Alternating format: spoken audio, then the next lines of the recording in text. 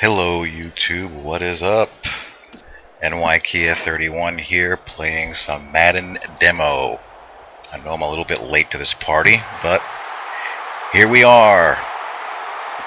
I would first like to start out by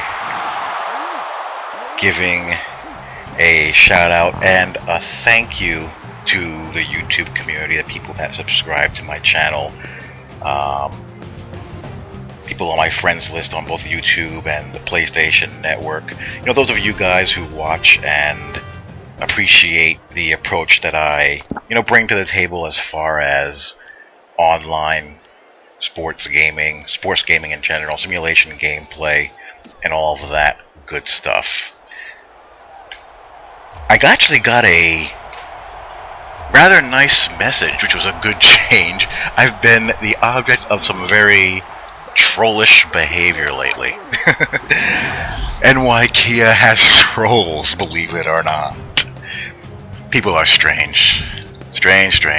It's too funny. But anyway, one of my subscribers and a guy on my friends list on PSN sent me a message, and he sent me a nice message saying that I had restored his interest in, playing Madden again, and partially because of my videos and the things that I talk about as far as applying, just everyday normal football logic, X's and O's and whatnot.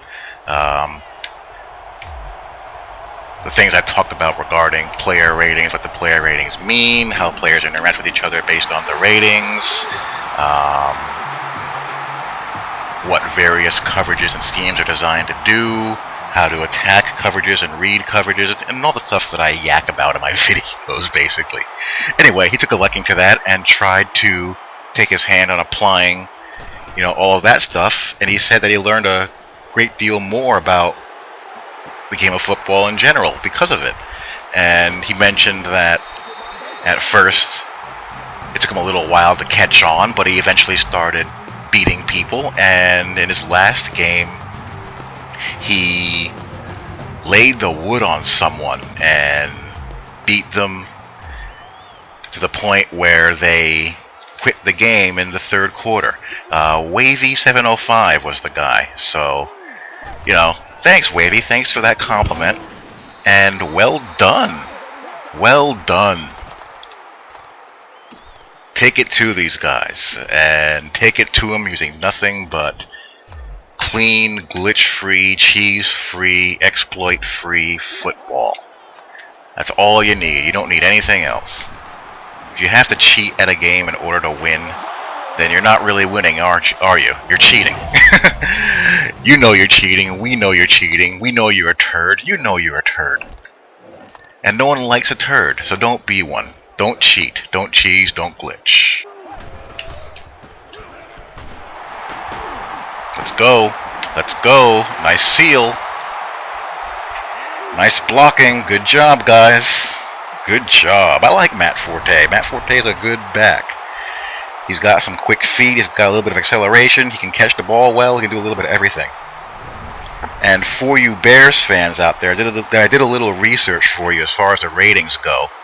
The left side of your offensive line has pretty good, run blocking strength. So, but from your center to your left guard to your left tackle, they don't have great run blocking footwork, but their run blocking strength is pretty decent.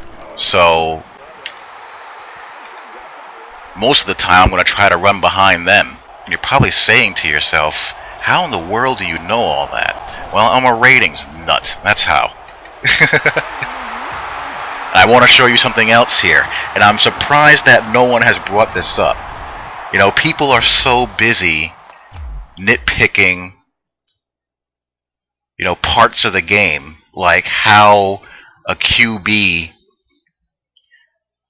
has the ball in his hand in slow motion replay, that no one has mentioned that I know of a feature that is long overdue to come back. and that is the ability to assign individual coverage to receivers. You can individually assign press coverage, loose coverage, shade to the left, shade to the right. I have over here Charles Tillman. Charles Tillman has a very high press coverage rating. His press coverage rating is in the 90s. I believe it's 95, I want to say. Let me check it right now. It's 92.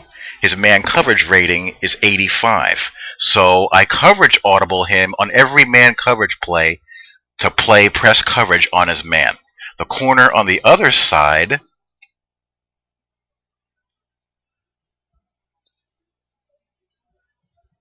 Mr. Bowman, his press coverage rating is only 70 and his man coverage rating is 84. So regardless of what kind of man coverage play I have, I'm going to make sure I have him backed up and giving cushion. And you can also align to the left or right to cut off, the routes that you want to cut off. Like, let's say your opponent is running a lot of drags and slants. You can audible your coverage to their go-to receiver to the left or right, whatever the direction is, the inside of that receiver, and you put your corners in better position to shut down those routes. You can choose what kind of route you want to take away. And you see here, I have off coverage being played.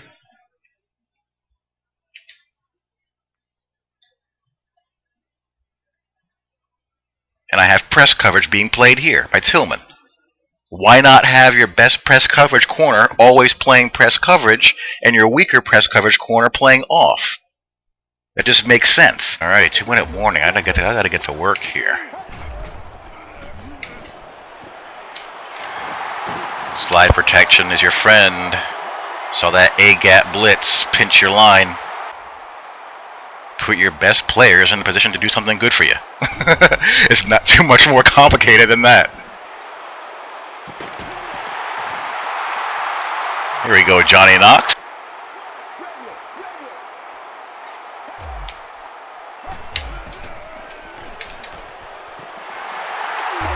Touchdown. Tie ball game, baby. Coming.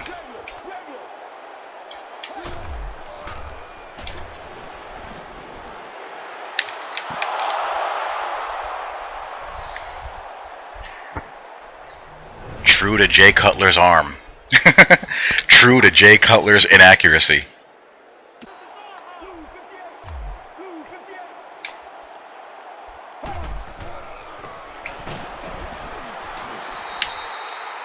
Oh, come on, no holding penalty, please.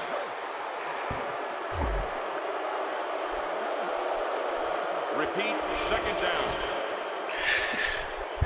I put you in motion and you'd hold. Good job.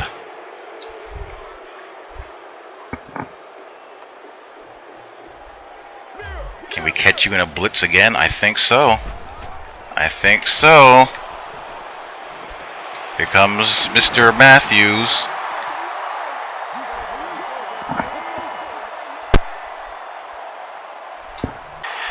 Guess where we're running? To the left, behind my big boys, behind my best run blockers.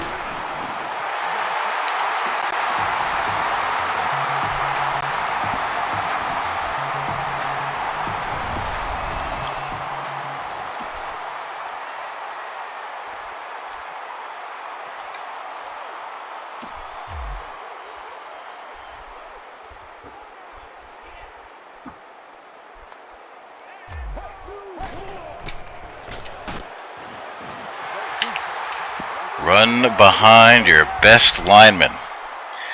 Now I know someone out there is saying, adaptive AI. Where's the adaptive AI? You know what? All the adaptive AI in the world ain't gonna save you if my guys are better than yours.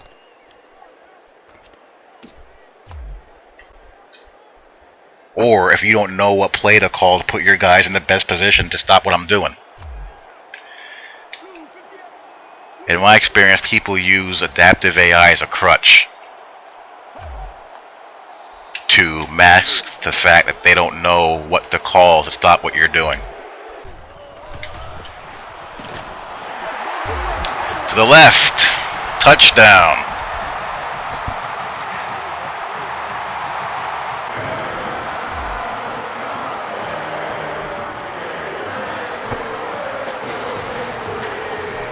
Carries 49 yards against a pretty good D. Why? Because I am running him behind the guys who can give him the best opportunity to gain yards. And that is why also I play on All-Pro or All-American when I'm playing Madden and NCAA, and I don't play on All-Madden, because while, yes, you can still exploit the matchups every now and then, the fact of the matter is, the highest difficulty levels in sports games are basically designed to cheat you. That's pretty much it. And it's a problem with all sports games. And I think the worst perpetrators of this are Madden and on all Madden difficulty level, and NBA 2K11 or NBA 2K on Hall of Fame difficulty level. We've all experienced Hall of Fame difficulty level in NBA 2K, where you can, be playing the Boston Celtics on Hall of Fame, and Rajon Rondo will be draining threes like he's Steph Curry or Steve Nash, or you're playing the Orlando Magic and Dwight Howard is shooting and making 15-foot jump shots. Sports games have difficulty balancing player abilities with difficulty level. Instead of making teams play smarter and execute better, they make players do things that they realistically cannot do, and that's not any fun. So rather than go through that headache, I choose to play on the difficulty level that developers tell us all the time is the level where the ratings are tuned to, which is all pro. And if I have to adjust sliders to find that, happy medium between all pro and all Madden, then I'll do so. But why put yourself through the headache trying to create an outcome in all Madden that is not possible? Well, it's all over but the crying. But this is a fun game. I had fun. This is a game that plays very well. There are a couple of quirks that I like to see get cleaned up. Mainly the way that the computer, not the computer, but when you break the, when the quarterback breaks his auto drop, he accelerates to top speed pretty much immediately. That's a problem. I don't have a problem with Aaron Rodgers being as athletic as he is. When you look at quarterbacks in the NFL, and I'm talking about, real quarterbacks, not guys like Tavares Jackson, Joe Webb, who are unproven, or Cam Newton, who we don't really know what Cam Newton is yet, but guys who have a track record. Aaron Rodgers is probably only behind Michael Vick and Josh Freeman when you talk about being an athlete, as far as just athleticism as a quarterback. The guy is a great athlete. He's a very, very good runner. So I don't mind him being able to take off and scoot. What I do mind, and what I can see being a problem, is the near instant acceleration to top speed, because that can distort things, in the online world. I mean, we all know how to stop online scrambling nonsense and whatnot, but I'm sure none of us want to see quarterbacks, hitting their top speed within one step of breaking their auto drop. That's not good. That needs to be fixed. And that's it for me.